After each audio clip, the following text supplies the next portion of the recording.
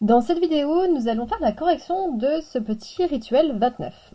Donc il va porter sur les probabilités et en particulier la partie sur la loi de Poisson, sur le calcul des probabilités avec une loi de Poisson. Donc je vous montre l'énoncé, j'ai x qui mesure le nombre de pièces défectueuses. Et x, donc ça veut dire suit P4. En fait le P ici, ça veut dire que c'est une loi de Poisson. Hop, on est vraiment en probabilité, mais avec un petit poisson. Et lui, en fait, il a un paramètre qui est, en fait, cette valeur qui est ici, 4. Donc ça, c'est le paramètre qu'il va falloir rentrer dans votre calculatrice. C'est notre lambda. C'est ça qu'on avait écrit dans le cours. J'ai un lambda de 4. 4 questions. J'aimerais que vous calculiez la probabilité d'avoir exactement 3 pièces défectueuses, au plus de pièces défectueuses, moins de 5 pièces défectueuses et entre 1 et 4 pièces défectueuses. Donc faites une pause sur la vidéo, essayez de chercher tout seul, venez voir si vous avez juste. En dessous, vous retrouvez les liens de toute la playlist que j'ai créée sur le calcul de probabilité, si jamais vous coincez d'aller réécouter les parties de cours. Donc première chose, on va traduire notre énoncé. Donc on demande la probabilité d'avoir exactement 3 pièces défectueuses. Donc les nombres de pièces défectueuses, c'est ce que j'observe. Donc toujours, il faudra traduire, et ça doit commencer, puisqu'on calcule les probabilités, par un grand P. Donc je redis, il y a le P qui est arrondi, qui veut dire la loi de Poisson, et il y a un P majuscule droit, qui veut dire probabilité. Donc probabilité, ma variable elle s'appelle grand X, donc X il doit prendre quoi comme valeur? Comme c'est exactement, on avait vu que ça devait être égal. Et G égale quoi? Je cherche quand c'est égal à 3. Donc ça, dans vos calculatrices, suivant du coup les modèles, ça va se configurer, de manière différente. Donc allez vérifier comment vous allez devoir calculer ça. En tout cas, logiquement, si tout va bien, vous devez tomber sur 0,1954. Donc ça, c'est la réponse de la première question. Deuxième chose, on doit calculer la probabilité d'avoir au plus de pièces défectueuses. Donc si je traduis mon énoncé, ce au plus, ça veut dire au max. 2 pièces défectueuses. Donc même remarque avant, je dois traduire mon énoncé. Ça veut dire que ici, je dois être au maximum à 2. Donc x, il doit être inférieur ou égal. Parce que du coup, je peux être jusqu'à 2. Alors ça, donc même chose, ici c'est vraiment direct avec la calculatrice. Ça, on avait vu que c'était possible. Et ça, on sait que c'est aussi possible directement avec la calculatrice. Donc là, on saute sur sa calculatrice, on configure correctement les paramètres puisque je suis dans la loi Poisson. Et là, ma calculatrice va me donner 0,2381. Donc ça, c'est la réponse de la deuxième question.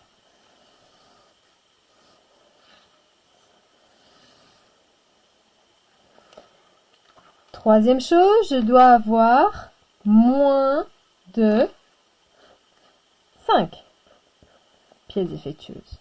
Donc avant de faire quoi que ce soit, je traduis mon énoncé. Moins de 5 pièces défectueuses en x par rapport à 5, il doit être plus petit, mais strictement, puisque du coup, moins de 5, ça veut dire que j'en aurai pas 5, mais j'en aurai jusqu'à 4.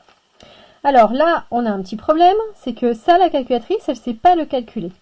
La calculatrice, elle sait faire uniquement, elle a 2 fonctions qui lui sont pré-remplies en fait, qui est quand c'est égal ou quand c'est inférieur ou égal. Donc du coup, ici, il va falloir transformer quand c'est strictement plus petit, en soit en égal, en inférieur ou égal. Et donc si je suis moins de 5, donc je vous inviterai toujours à faire un axe. Donc pour ma loi de Poisson, elle prend toutes les valeurs de 0 jusqu'à la plus l'infini, etc., etc. Donc on a dit moins de 5, donc je suis en dessous. C'est-à-dire c'est 4, 3, 2, 1 ou 0. Donc en fait, c'est d'être ici. Du coup, c'est d'être inférieur ou égal à 4. Donc ici, je ne veux pas m'amuser à calculer chacun isolément, mais n'empêche que je pourrais le faire. Mais ici, il y en a un petit peu beaucoup. Et là, donc, tout de suite maintenant, je peux faire la calculatrice sur cette étape ici. Et grâce à ma calculatrice, j'obtiens une valeur de 0,6288. Donc ça, c'est la réponse de la troisième question. Maintenant, dernière chose, je veux trouver la probabilité d'être entre 1 et 4. Donc attention, première chose, je traduis mon énoncé, je vais le faire en dessous cette fois-ci. Donc ici, je vais avoir la probabilité d'être x entre 1 et 4. Alors si vous avez écrit ainsi, ça ne va pas correspondre, puisqu'on ne dit pas que c'est strictement compris entre 1 et 4. En fait, 1 et 4 sont compris. Donc en fait, déjà, je vais mettre inférieur ou égal. Alors, il arrive que le réflexe, c'est de vouloir dire que c'est P de x inférieur ou égal à 4 moins P de x inférieur ou égal à 1. Ceci ne va pas être valable chez les lois discrètes. Nous, la loi de Poisson, elle fait partie de la famille qui sont les lois distraites, c'est-à-dire qu'elle va prendre des valeurs ponctuelles. Cette formule sera valable dans le continu. Alors, je vous montre pourquoi ça, c'est faux.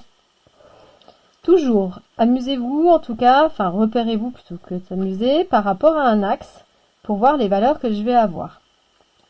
Si je suis inférieur ou égal à 4, c'est qu'en fait, je vais prendre les valeurs, donc ici, 4, 3, 2, 1, 0. Donc ça, c'est pour la traduction de ça.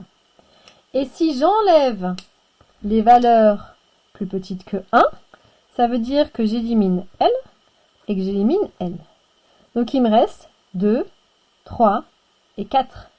Or, on m'a dit qu'on voulait toutes les valeurs entre 1 et 4 pièces défectueuses. Donc il me manque une valeur. Donc ici, ça, c'est faux. Attention. Comment on va traduire ça alors?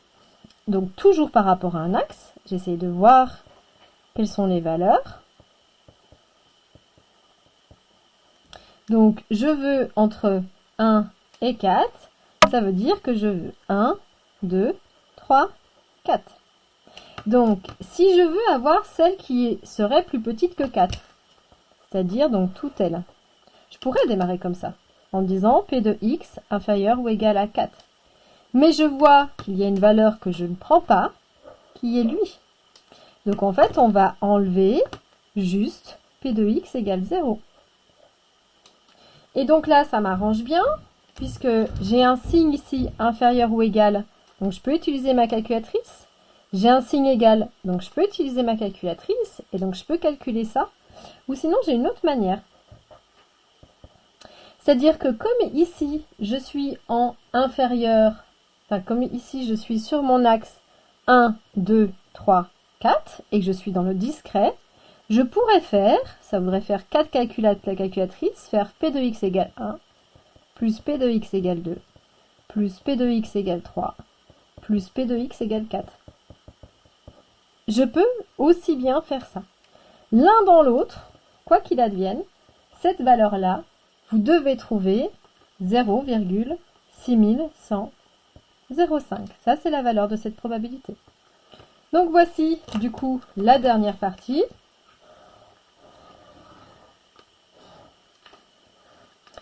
Qui est du coup la correction de ces 4 questions. Voilà, j'espère que tout ceci, ça vous aura aidé, vous aura permis de vous mettre en pratique et de gagner en confiance sur le calcul des probabilités avec les lois de Poisson. Je vous souhaite bien du courage et je vous dis à bientôt.